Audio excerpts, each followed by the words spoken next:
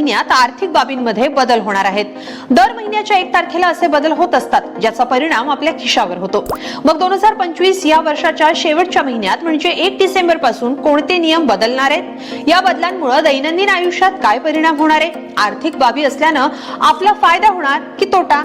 November महिना आता संपत आलाय। एका महिन्यानं वर्षही संपेल आणि सोबतच अनेक सरकारी कामांसाठी आणि आर्थिक बाबींसाठी अंतिम मुदतही संपण्याची वेळ आली आहे। त्यामुळे महत्त्वाची कामं पूर्ण करण्याकडे अनेकांचा कल आहे। त्यातही ही कामं 30 नोव्हेंबर पर्यंत पूर्ण करावी लागतील। 1 डिसेंबर पासून बऱ्याच गोष्टी बदलणार आहेत। यात तुमच्या किचन पासून ते तिजोरी पर्यंतच्या गोष्टींचा समावेश असेल। म्हणजे स्वयंपाकघरात वापरला जाणारा एलपीजी सिलेंडर ते पेन्शन किंवा निवृत्ती वेतन म्हणून मिळणारी रक्कम याचा यात समावेश आहे। थोडक्यात गृहिणी ते पेन्शनधारक अशा सगळ्यांवर परिणाम करणारे बदल हे 1 डिसेंबर पासून होणार आहेत। कोणत्याच महत्त्वाच्या बदलापासून सुरुवात करूयात। हा बदल होणार आहे यूपीएस पेन्शन स्कीम मध्ये। यूपीएस म्हणजे युनिफाईड पेन्शन स्कीम। सरकारी कर्मचाऱ्यांना युनिफाईड पेन्शन स्कीम निवडण्याची अंतिम तारीख 30 नोव्हेंबर निश्चित करण्यात आली आहे। ही तारीख आधी 30 सप्टेंबर होती, पण नंतर ही मुदत वाढवण्यात आली आहे। यूपीएस ही सरकारी कर्मचाऱ्यांसाठी 1 एप्रिल 2025 मध्ये आणलेली एक योजना आहे। यात खात्रीशीर पेन्शन मिळण्याची व्यवस्था आहे।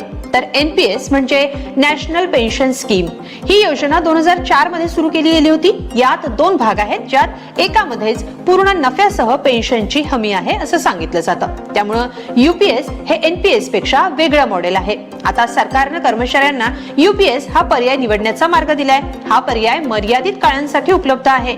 ज्या कर्मचाऱ्यांना हा पर्याय निवडायचा आहे त्यांना 30 नोव्हेंबर पूर्वी अर्ज करणं अनिवार्य आहे, कारण हा पर्याय 1 डिसेंबर पासून उपलब्ध राहणार नाहीये असं सरकारकडून सांगण्यात आलंय। दुसरा मोठा बदल होणार आहे लाईफ सर्टिफिकेट म्हणजे जीवन प्रमाणपत्रासंबंधित।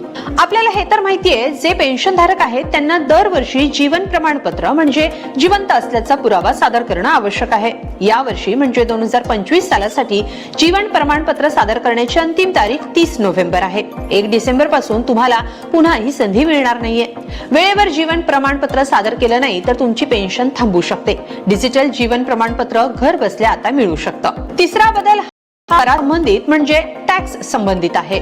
जर ऑक्टोबर 2025 मध्ये तुमचा टीडीएस कापला गेला असेल तर कलम 194 IA, 194 IB, 194M आणि 194S अंतर्गत विवरणपत्र सादर करणं अनिवार्य आहे। यासाठी अंतिम तारीख 30 नोव्हेंबर आहे। कलम 92E अंतर्गत अहवाल सादर करणं आवश्यक आहे। अशा करदात्यांना 30 नोव्हेंबर पर्यंत त्यांचं ITR दाखल करावं लागणार आहे। आंतरराष्ट्रीय गटाच्या घटकांसाठी फॉर्म 3 CEAA सादर करण्याची 30 नोव्हेंबर ही अंतिम तारीख आहे। 1 डिसेंबर पासून तुम्ही हे करू शकणार नाहीये। आणि आता गृहिणींच्या जिव्हाळ्याचा विषय म्हणजे एलपीजी सिलेंडरची किंमत। इंधन कंपन्या दर महिन्याच्या पहिल्या दिवशी एलपीजीच्या किमती सुधारित करतात, म्हणजे सिलेंडरची किंमत वाढते किंवा कमी होते। आता 1 डिसेंबर पासूनही एलपीजी सिलेंडरच्या किमती अपडेट होणार आहेत। खरं तर तेल कंपन्या आणि केंद्र सरकार मिळून एलपीजीच्या किमती ठरवतात। याआधी 1 नोव्हेंबर 2025 रोजी 19 किलोग्रॅमच्या व्यावसायिक गॅस सिलेंडरची किंमत 6 रुपये 50 पैशांनी कमी झाली होती। आता आलेल्या माहितीनुसार 1 डिसेंबर पासून घरगुती गॅस सिलेंडरच्या किमतीत घट होण्याची शक्यता आहे। असं झालं तर 1 तारखेपासून एलपीजीचे नवे दर लागू होणार आहेत। त्यामुळे मध्यम वर्गाला दिलासा मिळू शकतो। याची अधिकृत घोषणाही 1 डिसेंबर रोजी होऊ शकते, तेव्हाच नवे दर कळू शकतील।